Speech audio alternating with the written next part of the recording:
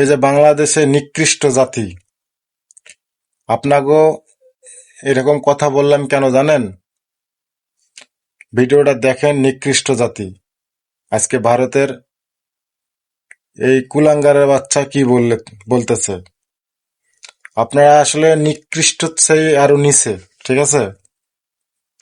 আপনারা রংপুর, কুড়িগ্রামে, গাইবান্ধাতে, যাই হোক, আপনারা এখানে মুক্তি বানাতে দিচ্ছেন, ঠিক আছে? সারা বিশ্বের বড় মুক্তি বানাচ্ছে। আরে নিকৃষ্ট জাতি, যে ভারতে আমাদের মুসলিমরা ঠাঁই পায় নাই, আবার এই বাংলাদেশের মানুষ মাটির মধ্যে মুক্তি বানাচ্ছে ভারত থেকে, ঠিক আছে? ভিডিওটা দেখেন। আপনারা একটা নিকৃষ্ট জাতি, কখনো মুক্তি হবে না, যদি দেশে বড় মুক্তি হবে না। ভিডিওটা দেখুন।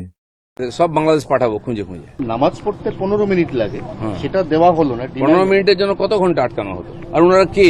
হরিদাস পাল, তাদের জন্য রাস্তা আটকানো হবে? দম বন্ধ হয়ে যাচ্ছে। যান বাংলাদেশে, পাকিস্তান চলে যান, এখানে নামাজ পড়ুন, কেউ বলবে না। এখানে চলবে না এইসব।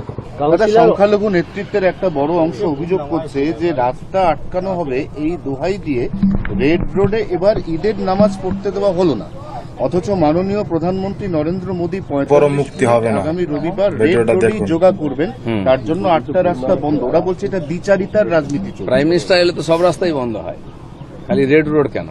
উনি যেখানে যাবেন সেখানে বন্ধ হবে। তো যেখানে যান চলাচল কম ওখানেই করেছে, ছুটির দিন ওখানে কম লোক যাবে, সেজন্য ওখানেই করেছে, না হলে তো আরো বেশি সমস্যা হতো লোকের। না, প্রশ্নটা ছিল যে নামাজ পড়তে 15 মিনিট লাগে, সেটা দেওয়া হলো না।